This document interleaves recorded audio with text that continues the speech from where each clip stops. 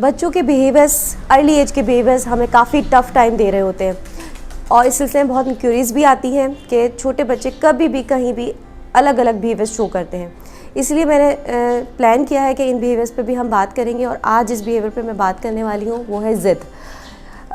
ज़िद, early as की ज़िद क्या है, उसको हम कैसे हैंडल करें, उसके क्या रीज़न्स हैं, सो इस पर आज हम डिटेल में बात करने वाले। सबसे पहले हम ये जानने की कोशिश करेंगे कि ज़िद एक्चुअली क्या है। शदीद ख्वाहिश को हम अपनी ज़बान में ज़िद कहते हैं कि बच्चा ज़िद कर रहा है, लेकिन और यही वजह होती है कि वो ख्वाहिश इतनी इंटेंसिटी की होती है कि वो किसी तरह भी बच्चा स्टॉप नहीं हो रहा होता। और हमारी क्या रिक्वायरमेंट होती है, हम ये चाहते हैं कि जिस काम के लिए हम बच्चे को नहीं करें या उसको रोकें या कोई चीज़ हम उसे नहीं दे रहे तो वो उस नहीं को बहुत ही खुशदिली के साथ एक्सेप्ट करे और उसको अंडरस्टैंड करे। जब बच्चा ज़िद की कैफियत में है तो आपको अंडरस्टैंड करना पड़ेगा कि वो उस ख्वाहिश के पीक लेवल पर है और ऑलरेडी फ्रस्ट्रेटेड है, सो वो ज़िद कर रहा है। और उस मौके पर हमारा रिएक्शन ये होता है कि हम सही तरीके से उसको डील नहीं करते। या तो हम ज़िद मान लेते हैं, जो कि अगर अच्छी पॉजिटिव नहीं है तो या तो हम उसको मान लेते हैं या फिर हम उसको के साथ ज़रा स्ट्रिक्टली बिहेव करते हैं। बच्चों की ज़िद को अंडरस्टैंड करने के लिए पहले हम उस एज को टारगेट करते हैं। उमूमन हमें जो बच्चों की ज़िद नज़र आती है वो 1.5 साल से ऑनवर्ड 5 ईयर्स तक हमें बच्चों में ज़िद का जो बिहेवियर है बहुत ही ज़्यादा दिखता है और उसको हैंडल करना भी ज़्यादा टफ़ होता है एज़ कम्पेयर टू बड़े जो हमारे बच्चे होते हैं उनके मुकाबले में, क्योंकि इस उम्र के बच्चों को कुछ समझाना बहुत ही मुश्किल होता है। एक्सपर्ट्स इस बात पे एग्री करते हैं और चाहे वो ज़िद बड़े बच्चों में हो या छोटे में हो, ये बात कॉमन है कि ज़िद हमेशा 2 साइडेड होती है। हम सिर्फ हमें लगता है कि बच्चा ज़िद कर रहा है, लेकिन ऐसा नहीं है। ज़िद हमेशा 2 वे रिएक्शंस हैं, यानी कि अगर बच्चा ज़िद कर रहा है तो कहीं ना कहीं हम भी ज़िद कर रहे होते हैं। इसको हम ऐसे अंडरस्टैंड कर सकते हैं कि रस्सी के 2 सिरे हैं, जिसके एक सिरे पे बच्चा खड़ा है और एक सिरे पे पेरेंट्स हैं, तो दोनों ही उसको अपोजिट डायरेक्शन में पुल करते हैं और इस रस्सी में जो चीज़ क्रिएट होती है वो होती है टेंशन और स्ट्रेस। हमें लगता है कि बच्चों को टेंशन स्ट्रेस नहीं होता। रिसर्च ये कहती है कि बच्चों को एडल्ट से 10 टाइम्स ज़्यादा जो है वो टेंशन और स्ट्रेस होता है। हम बीइंग अ एडल्ट इतने मैच्योर हो चुके होते हैं कि हम छोटी चीज़ों को इग्नोर करना, उनको हैंडल करना समझ चुके होते हैं, जबकि बच्चे के लिए वो चीज़ ज़्यादा स्ट्रेसफुल हो जाती है। सो ये है कि ज़िद के टाइम पे सिर्फ आप सफ़र नहीं कर रहे, बच्चा भी सफ़र कर रहा है। एक तो रीज़न। दूसरा ये कि बच्चों में ये ज़िद आती कैसे है, डेवलप कैसे होती है। जैसे जैसे बच्चा बड़ा होता है उसके अंदर काम करने की ख्वाहिश, चीज़ों की ख्वाहिश, वो आपको काम करते हुए देखता है तो वो चाहता है मैं भी ये करूँ, मैं भी बाहर जाऊँ। इंडिपेंडेंसी की इसकी ख्वाहिश भी डेवलप होती है, जो कि बहुत ही अच्छी है और लर्निंग के लिए बहुत अच्छी है। सो हमें अंडरस्टैंड करना होगा कि बच्चे अगर पॉजिटिव चीज़ों के लिए आपसे रिक्वायरमेंट कर रहे हैं तो आपको उसको वो चीज़ प्रोवाइड करनी चाहिए, वो काम करने देना चाहिए, ठीक है। सो हमें पहले ये आपको अंडरस्टैंड करना है कि ये जो उसकी ज़िद है, रिक्वायरमेंट है, वो पॉजिटिव है या नेगेटिव है। मोस्टली हमें कहने को सुनने को मिलता है हर बात मान के ना बच्चे को ज़िद्दी बना दिया है, जबकि रिसर्च इसकी बिल्कुल अपोजिट बात करती है। रिसर्च हमारी ये कहती है कि जिन बच्चों को ज़्यादा नो सुनने को मिलता है वो बच्चे ज़्यादा ज़िद करते हैं। जो बच्चों को हर चीज़ के लिए ज़्यादा रोक टोक किया जाएगा वो ज़्यादा ज़िद करते हैं, क्योंकि वो ज़्यादा रिएक्शंस देते हैं। अगर हम देखें कि बच्चों में ज़िद कहाँ से रही है, डेवलप कैसे, एक तो उनकी ख्वाहिश है, दूसरा हमारा अपना एडल्ट्स का बिहेवियर भी है। आप कहेंगे इतने छोटे से बच्चे से हम कैसे उसकी विश को जाने। कई दफ़ा हम उसके साथ ज़रूरी काम, उसके ज़ाहिर उसकी रिक्वायर्ड वर्क ही कर रहे होते हैं, लेकिन बच्चा अनकम्फर्टेबल हो रहा होता है, रो रहा होता है और हम उसके साथ वो उसकी जो भी हमारे काम है, फ़राइज़ हैं, वो हम अंजाम दे रहे होते हैं। बच्चा खाना नहीं चाह रहा, हम उसको खिला रहे होते हैं। सो ये वो बिहेवियर होता है कि जो हम एक साइलेंटली जो है ना उसके साथ ज़िद कर रहे होते हैं, जो कि हम महसूस नहीं कर रहे होते, लेकिन चाइल्ड के अंदर वो चीज़ रिएक्शन के तौर पर आना शुरू हो जाती है। हम बच्चों को ओवर बर्डन करना शुरू करते हैं। जैसे बच्चे बड़े होने लगते हैं हम उन पर प्रेशर बहुत ज़्यादा डालने लगते हैं। प्रेशर इस तरह से डालने लगते हैं, कोई काम हम उनसे फोर्सली करवा रहे होते हैं। कई दफ़ा हम उनको मिस जज करते हैं इस तरह से कि वो इस काम के लिए अभी रेडी नहीं है, हम उनसे वो करवाना चाहते हैं। जैसे कि हमारी एक बहुत फोर्सिंग बिहेवियर है राइटिंग को लेकर। स्कूल एज जब स्टार्ट होती है तो कुछ कामों के लिए हमारे बच्चे रेडी नहीं होते और हम उनको फोर्सली वो काम करवा रहे होते हैं। तो जो भी काम फोर्सली आप उनसे करवा रहे हैं, इनडायरेक्टली आप उनसे ज़िद कर रहे हैं। आइए अब कुछ बात करते हैं इन बच्चों को हैंडल करने के मेथड्स पे। ऑल्दो हर बच्चे का रिएक्शन अलग है, उसका बिहेवियर हर टाइम पे भी अलग, एक ही बच्चे अलग अलग मौक़ों पे अलग अलग तरीके से हैंडल करने पड़ते हैं। सिचुएशन के हिसाब से, उनके मूड के हिसाब से हमें उनको हैंडल करना होता है। तो कुछ आपको टिप्स एंड ट्रिक्स देते हैं और आप डेफिनेटली उसको मिक्स एंड मैच करके अपने बच्चों के साथ अप्लाई कर सकते हैं। देखिए, सबसे पहला जो मैं रीज़न दूंगी कि बहुत ही वैलिड ये रीज़न है, अगर आप इसको समझ लें। इन मॉन्टेसरी सिस्टम हम डायरेक्टर्स को भी इस बात के लिए रेडी करते हैं एजुकेशन में कि जब भी हम बच्चे से कोई एक्टिविटी करवाना चाहते हैं, कोई भी उसको काम देते हैं तो उसकी विल मालूम करते हैं। उसकी विल का होना बहुत ज़रूरी है। मारिया मॉन्टेसरी कहती हैं कि अगर कोई बच्चा एजुकेशनल एक्टिविटी करने से मना कर दे तो आपने फोर्स नहीं करना, आपने वो मटेरियल वापस रख देना है और उसकी जगह वो काम उसको करने को देना है जो वो करना चाहता है। ठीक है, देखिए ये बात हमें अंडरस्टैंड करनी पड़ेगी कि अर्ली एज के बच्चे बाय नेचर कंट्रोल होते हैं। अल्लाह की तरफ से उनका एक निज़ाम है, उनका एक मैकेनिज़्म है, वो उस ही मेथड पे चल रहे होते हैं और हम जो है उस मेथड में कहीं ना कहीं डिस्टर्बेंस कर रहे होते हैं। सो अगर वो किसी पॉजिटिव काम के लिए आपसे रिक्वाइर करते हैं कोई चीज़, तो पहले आपने शुरू से उनको उस चीज़ पे लाना है।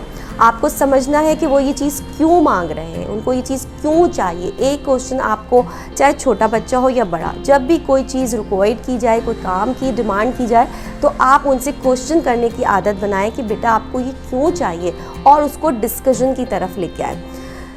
देखिए, डिस्कशन की तरफ हम छोटे बच्चों को कैसे ला सकते हैं, तो उसके लिए मैं आपको ये बताऊंगी कि उनको हम इस तरह से ला सकते हैं छोटे बच्चों को कि हम पहले कोई एक्टिविटीज़ प्लान करें। जैसे फॉर एग्ज़ाम्पल बच्चे को हमें कोई एक्टिविटी देनी है जो कि कलरिंग से रिलेटेड है, हमें देनी ही है।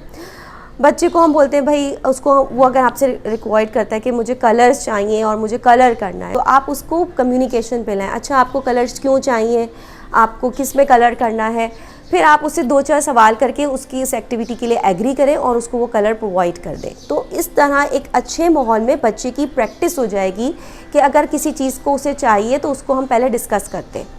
3 से 4 प्रैक्टिस आप पॉजिटिव करवाएंगे, यानी जिसमें आपको वो चीज़ें दे देनी है।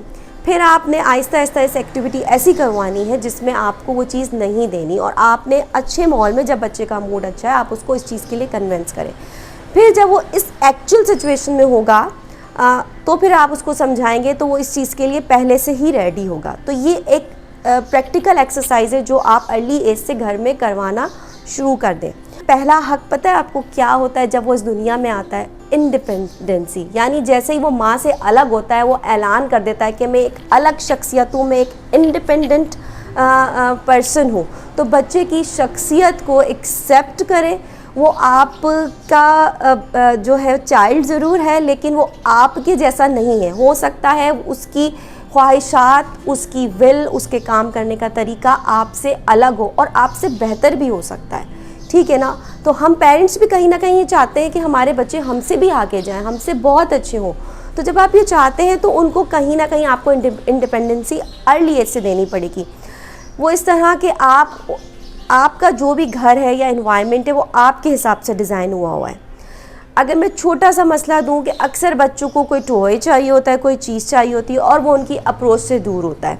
आप क्या होता है, आप किसी काम में एंगेज होती हैं, बच्चा आके आपको बार बार डिस्टर्ब कर रहा होता है, क्योंकि आप फ़ौरन नहीं जा सकती तो बच्चा रो रहा होता है। ऑल्दो आपको वो चीज़ देनी भी है, लेकिन क्योंकि डिले हो रही है तो बच्चा रोने लगता है। ख़ासकर आप ऐसा एनवायरनमेंट बनाएं जिसमें बच्चे की रिक्वायरमेंट की जो चीज़ें हैं, जो बच्चा पसंद करता है, वो उसकी अप्रोच में हो, वो इंडिपेंडेंटली जाए, उनको ले, इस्तेमाल करे और वापस रखे। इसी तरह वॉशरूम में यूज़ करते हैं बच्चे, तो हर चीज़ उनकी अप्रोच से दूर है, चेयर्स उनकी अप्रोच से, हाइट से ज़्यादा है। आप देखें पूरा दिन घर में बच्चे स्ट्रगल करते हैं क्योंकि हर चीज़ उनके लिए एक टास्क बनी हुई है। तो हमें एनवायरनमेंट पे काम करना है, ठीक है ना? तो एनवायरनमेंट में काम करने के लिए सबसे पहले उस एनवायरनमेंट को उसके लिए कंफर्टेबल बनाए, उसकी जो रिक्वायरमेंट की चीज़ें हैं वो उसकी अप्रोच में हो, जिससे उसको मिनट मिनट में कोई चीज़ रिक्वायर्ड नहीं करनी पड़े, ज़िद नहीं करनी पड़े और आपको मना ना करना पड़े। यानी उसको कम से कम नहीं सुनना पड़े, नो का वर्ड उसको इतना ज़्यादा नहीं सुनना पड़े। इसी तरह वो चीज़ें जो आपको नहीं देनी, जो उसको हार्म कर सकती हैं, या आप चाहते हैं कि भाई ये बच्चा ख़राब कर देगा, तो आप एनवायरनमेंट से जब तक बच्चा छोटा है रिमूव कर दीजिए। देखिए, जितना बच्चा ऑर्गेनाइज लाइफ गुजारेगा और जितना वो ऑर्गेनाइज लाइफ गुजारने का आदी होगा, वो उतना ज़िद कम करेगा। ठीक है, जैसे कि हम उसको आम लफ्ज़ों में कह सकते हैं कि घर में रूल्स एंड रेगुलेशंस होने चाहिए। मैं ये वर्ड बड़ा हार्ड है, छोटे बच्चों के लिए मैं इस्तेमाल नहीं करना चाह रही हूँ, लेकिन मैं आपको समझाने के लिए कह रही हूँ ये बात कि घर में कुछ एक लाइन अप होना चाहिए काम के। जैसे इतनी सुबह बच्चा उठता है, ठीक है, फिर वो ब्रेकफास्ट करता है, फिर जिससे उसको खेलने का उसको प्रॉपर टाइम होना चाहिए, इंडोर का टाइम होना चाहिए, आउटडोर का टाइम होना चाहिए। यानी आप बच्चे की जो रिक्वायरमेंट्स है उसको अंडरस्टैंड करते हुए उसका डे प्लान करें। किस टाइम वो किस चीज़ के लिए कंफर्टेबल है, उस हिसाब से आप उसका घर, उसका टाइम प्लान करें। हमारे बच्चों के पास कोई शेड्यूल नहीं है। जैसे उमूमन बच्चे बाहर जाने की बहुत ज़्यादा ज़िद करते हैं, तो उनको पता होगा कि इवनिंग में हम बाहर जाएंगे। सो अगर आप इस तरह से लाइन अप कर देंगे, उनको ज़िद करने पर आप आमादा ही ना करें। आइए बात करते हैं उस सिचुएशन में। एक सिचुएशन हम नॉर्मली जो हमें देखने को मिलती है कि फॉर एग्ज़ाम्पल बच्चा किसी चीज़ के लिए बहुत ज़्यादा ही ज़िद कर रहा है और वो चीज़ आपको उसको नहीं देनी, यानी कि वो उसके लिए हार्मफुल है। देखिए, अर्ली एज से ही बच्चों को थोड़ा सा आपने अंडरस्टैंड करवाना है, एक वर्ड बोलना है। देखिए, बच्चे ज़्यादा लैंग्वेज को अर्ली एज के बच्चे लंबी लंबी गुफ्तगू नहीं अंडरस्टैंड करते। जैसे अक्सर माहिल माशाल्लाह लेक्चर देती हैं और वो भी उसी टाइम देती हैं जब बच्चा बिल्कुल फुल फ्रस्ट्रेटेड होता है, सुनने समझने के लिए तैयार नहीं होता। तो आप शुरू से ही कोई भी ऐसी चीज़ है जो कि उसके लिए ख़तरनाक है, हार्मफुल है, या वो एरिया जो नो गो एरिया है जिसे जहाँ से बच्चे गिर सकते हैं, आप उसको अर्ली एज से बताएं कि this area is dangerous for you, this thing is not for you, it is dangerous for you. तो जब आप उसको 4 से 5 दफ़ा ये चीज़ करवाएंगे तो उसको ये वर्ड के साथ याद हो जाएगा कि ये चीज़ मेरे लिए नहीं है। अब हम इस सिचुएशन में आते हैं कि बच्चा भाई एक्सट्रीम बिहेवियर पे रो रहा है और बड़ा ही सीन क्रिएट हुआ है और वो किसी तरह हैंडल नहीं हो रहा। होता क्या है इस सिचुएशन में, नॉर्मली बच्चा रो रहा होता है और वहाँ से जो एडल्ट हैं, पेरेंट्स हैं, वो भी शाउट कर रहे होते हैं क्योंकि एक्सट्रीम बिहेवियर हो चुका होता है, आपकी भी बर्दाश्त ख़त्म हो चुकी होती है। फिर क्या होता है, पूरी फैमिली इन्वॉल्व होना शुरू हो जाती है। जब पूरी फैमिली इन्वॉल्व होती है तो मेन पर्पस तो कहीं रह जाता है और कुछ और ही डिस्कशन शुरू हो जाती है। तो वो सारा जो बिहेवियर्स हैं वो बच्चे नोट कर रहे होते हैं। सबसे बड़ी गलती जो बच्चों के उसमें हम समझते हैं वो ये समझते हैं कि बच्चे हमसे खाना खाना सीख रहे हैं, बच्चे हमसे लैंग्वेज सीख रहे हैं, बच्चे हमसे पढ़ना लिखना सीख रहे हैं। लेकिन जो एक चीज़ हम नहीं नोट करते वो क्या है, जो सबसे अहम है, मैं समझती हूँ बहुत ज़्यादा अहम है, बच्चे हमसे रिएक्शंस देना भी सीखते हैं कि किस मौके पे हम कैसा रिएक्शन देते हैं। तो बच्चे भी आगे जब उस सिचुएशन में होते हैं तो बिल्कुल ही वैसा रिएक्शन देते हैं। तो जब भी बच्चे को रिएक्शन देने लगे तो आप सोचें कि कल आपके साथ अगर बच्चा यही रिएक्शन देगा तो आपको कैसा लगेगा। अक्सर हम बच्चों को कहते हैं कि वो बदतमीज़ हो गए हैं, बात नहीं सुनते। एक्चुअली वो रिएक्शन होता है जो वो आपसे ही लर्न कर चुके होते हैं। ठीक है, सो हमें ये हमेशा याद रखना है कि बच्चा कुछ भी करे, आपका रिएक्शन नाइस, जेंटल, कैलकुलेटेड और मैच्योर होना चाहिए। मैं मैच्योर का वर्ड यूज़ कर रही हूँ। बच्चा रो रहा है, शाउट कर रहा है, लेकिन आपको नहीं करना, आपको काम रहना है जितना पॉसिबल हो। इसका सबसे अच्छा तरीका ये कि जब बच्चा एक्सट्रीम हो जाए आप उसको इग्नोर करें। इग्नोर करने से मुराद ये होता है कि आप शाउट नहीं करेंगे, आप चीखेंगे नहीं, आप वो जगह छोड़ देंगे। यानी आप उसको फिज़िकल अटेंशन नहीं देंगे, आप उसको देखेंगे नहीं और आप उससे बात नहीं करेंगे। तीनों तरीके से आपने उसको इग्नोर करना है। ये नहीं कि आप वहाँ बैठे रहे और आप खामोश हैं, या आप उसको मुसलसल जो है वो घूरे जा रहे हैं गुस्से में। और बच्चे को तो अटेंशन मिल रही है, क्योंकि मोस्टली बच्चे ज़िद करते हैं अटेंशन के लिए भी करते हैं, क्योंकि बच्चों को कहीं ना कहीं पता है कि जब मैं बहुत अच्छा काम करूँगा तो मुझे इतनी अप्रिसिएशन और इतनी तवज्जो नहीं दी जाएगी। जैसे ही बच्चा कुछ नेगेटिव करता है, कुछ फेंकता है, कुछ थ्रो करता है या कुछ गलत करता है, तो पूरी फैमिली की अटेंशन माशाल्लाह से उसको मिल जाती है। एक और बात हैंडल करने का, हर तरह का बिहेवियर हैंडल करने का तरीका ये है कि बच्चों को शुरू से पॉजिटिव काम में इनकरेज करें। जब वो पॉजिटिवली कुछ अच्छा काम करें आप उनको बहुत ज़्यादा इनकरेज करें। उस वक्त आप उनको भरपूर अटेंशन दें, ना सिर्फ इनकरेज करें, अटेंशन दें। जैसे बच्चा अगर पढ़ रहा है या अच्छे तरीके से खाना खा रहा है या नाइसली बैठा है, तो आप सारे काम छोड़ के बोलें कि आप तो बहुत अच्छे तरीके से बैठे हैं, आपकी सेटिंग तो बहुत अच्छी है, आप बहुत अच्छा बिहेव करते हैं। तो बच्चे को अगर आप पॉजिटिवली जो है वो ट्रीट करेंगे और उसके अच्छे कामों पे उसको अटेंशन देंगे, तो वो ज़िद की तरफ नहीं आएगा। और जब वो कुछ नेगेटिव करे और ज़िद करे या कोई भी ऐसा बिहेवियर करे, फॉर एग्जांपल चीज़ें थ्रो करना, तो उस वक्त आप उसको टोटली इग्नोर कर दें। तो वो 2 से 3 दफ़ा इग्नोर करेगा, उसको लगेगा ये तो काम ही नहीं कर रहा, ये मेरा अटेंशन सीकिंग का ये तरीका बिल्कुल काम नहीं कर रहा। तो इसलिए आप उसको शुरू से ही ये बात याद कर लें कि शुरू से ही बहुत अच्छी चीज़ों पे आपने उसको इनकरेज करना है और भरपूर अटेंशन देनी है। तो ऑटोमेटिकली ज़िद और अलग दूसरे जो आपके बिहेवियर्स हैं, जैसे टेंट्रम थ्रो करते हैं बच्चे, वो भी अटेंशन के लिए करते हैं, तो वो सारे बिहेवियर्स सेटल हो जाते हैं इस तरह। जैसे मेरा पर्सनल एक्सपीरियंस था कि अली दयान जो हैं वो कपड़ों के साथ बहुत ज़्यादा प्ले कर रहे होते थे। मुझे लगता था वो प्ले कर रहे हैं, बच्चे उसको वो एक्चुअली उनको फ़ोल्ड करना चाहते थे। जैसे मैं फ़ोल्ड करके उनके कपड़े रखती थी शेल्फ में, कबर्ड में, तो वो वैसे ही रखना चाहते थे।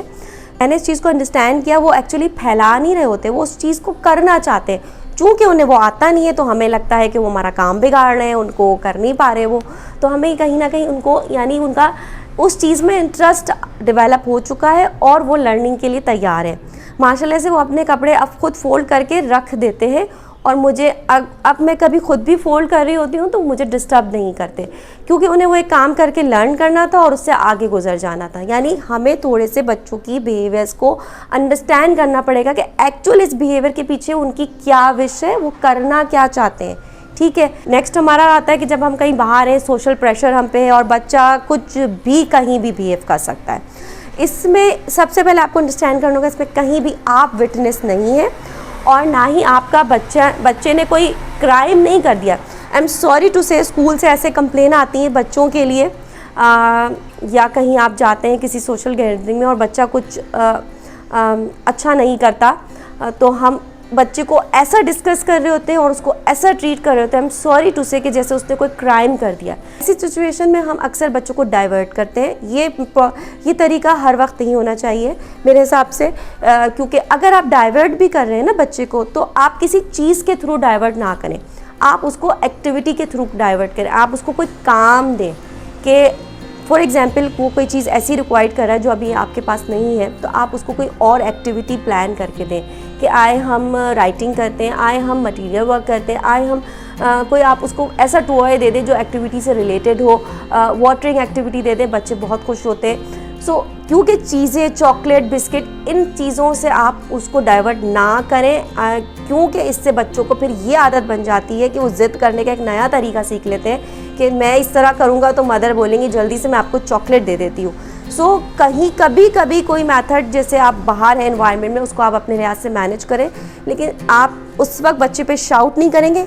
बच्चे पे अगर आप पब्लिकली शाउट करते हैं तो बिल्कुल ऐसा ही है जैसे अगर मैं आप पे पब्लिकली शाउट कर दूं और आपको जो फीलिंग्स होगी, क्योंकि बच्चे की भी वही सेल्फ रिस्पेक्ट है जो आपकी सेल्फ रिस्पेक्ट है। बीइंग अ पेरेंट्स और बीइंग अ टीचर भी हम उसको उसकी सेल्फ रिस्पेक्ट को डैमेज नहीं कर सकते। हमें एक जर्नल कंप्लेन एक और होती है कि बच्चे हमारी बात नहीं सुनते। देखिए, पेरेंट्स को, टीचर्स को सबसे पहला जो काम करना है ना, बच्चों का रोल मॉडल बनना है, उनका फेवरेट बनना है। अगर आपने देखा होगा बच्चों का जो फेवरेट पर्सन होता है ना घर में, उसके बच्चे हर बात मानते हैं, इस सेंस में कि आप उनके फेवरेट भी हो, दूसरा वो आपसे इतना इंस्पायर हो कि वो आपसे लर्न करें कि मेरे फादर तो ऐसा करते हैं, मेरी मदर तो ऐसा करती है, मैं भी ऐसा करूं। तो इसके लिए आपके अंदर, आपको अपने अंदर कुछ उम्दा किस्म के औसाफ पैदा करने पड़ेंगे। बीइंग अ मुस्लिम, हमारे यहाँ एक वर्ड यूज़ किया जाता है शफ़क़त। इस शफ़क़त वर्ड के अंदर 80% बिहेवियर्स के सॉल्यूशन मौजूद है। देखिए, अर्ली एज में हम बच्चों को जो देंगे ना, वो आफ्टर 7 ईयर, जब बच्चा 7 ईयर्स का हो जाएगा तो वो चीज़ें आपको रिटर्न में मिलना शुरू होंगी। देखिए, 7 ईयर तक वो बच्चों को देने का टाइम है। 7 ईयर तक का जो टाइम है ना, हम बच्चों से ज़रा जल्दी ही उम्मीदें लगा लेते हैं। बच्चे अभी उस चीज़ के लिए तैयार नहीं होते और हम उनसे जल्दी, ये बच्चों के अंदर आपको बर्दाश्त पैदा करने का टाइम है, उनको बिहेवियर्स सिखाने का टाइम है। बच्चे सीखे हुए नहीं आए हैं बिहेवियर्स, ये हम उन्हें सिखा रहे हैं। अगर हम उनको मिसट्रीट करेंगे, उनको नहीं सिखाएंगे तो वो आगे जाके नहीं सीखेंगे। अगर अर्ली एज में आप उनकी ज़िद को हैंडल नहीं करेंगे, कंट्रोल नहीं करेंगे, वही ज़िद 7 ईयर के बाद एक स्ट्रॉन्ग बिहेवियर के तौर पर आपके सामने आ जाएगी, जो आपसे मज़ीद हैंडल नहीं होगी। तो अगर बच्चा ज़िद कर रहा है तो सबसे पहले आप ज़िद करना छोड़ दें। ये इस वक्त की हार जो है ना आपकी, ये आगे जाके आपको बहुत अच्छा रिज़ल्ट देगी।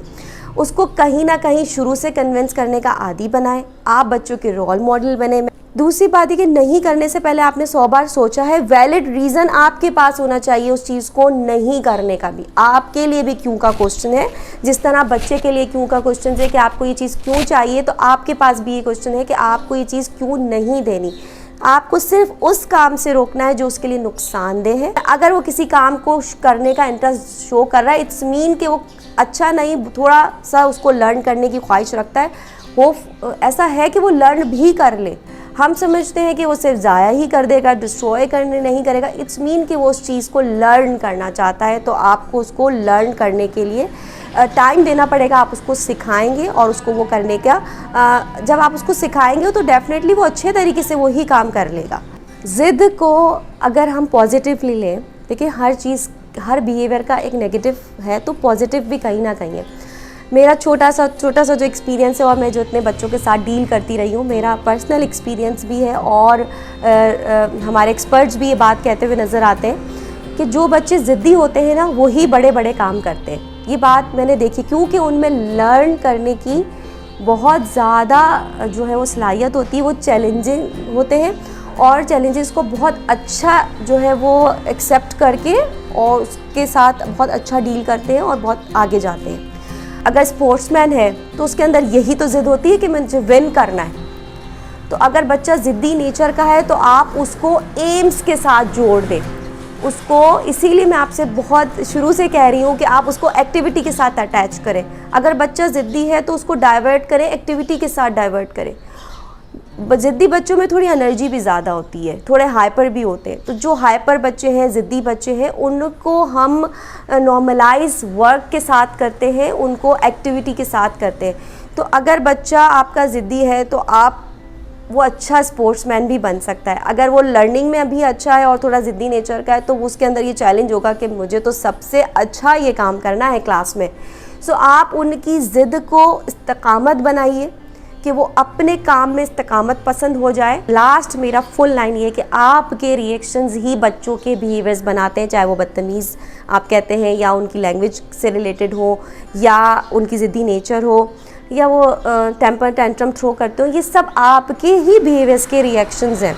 सो सबसे पहले अब चाइल्ड के बर्थ से लेके पहले दिन से लेके अपने बिहेवियर्स को बहुत ही अच्छा रखें। आप कभी ना कभी बच्चों के बिहेवियर्स ठीक हो जाएंगे, लेकिन जो आप उनको जिस तरह हैंडल करते हैं ना, वो उनके दिमाग में वो इम्प्रेशन लाइफ टाइम होता है और वो उस इम्प्रेशन के साथ पूरी लाइफ गुजारने वाले हैं। अगर आप इनकी इस ज़िद की नेचर को आप पॉजिटिवली हैंडल करते हैं और इसको पॉजिटिव एनर्जी के तौर पे यूज़ करते हैं तो आप मैजिक क्रिएट कर सकते हैं।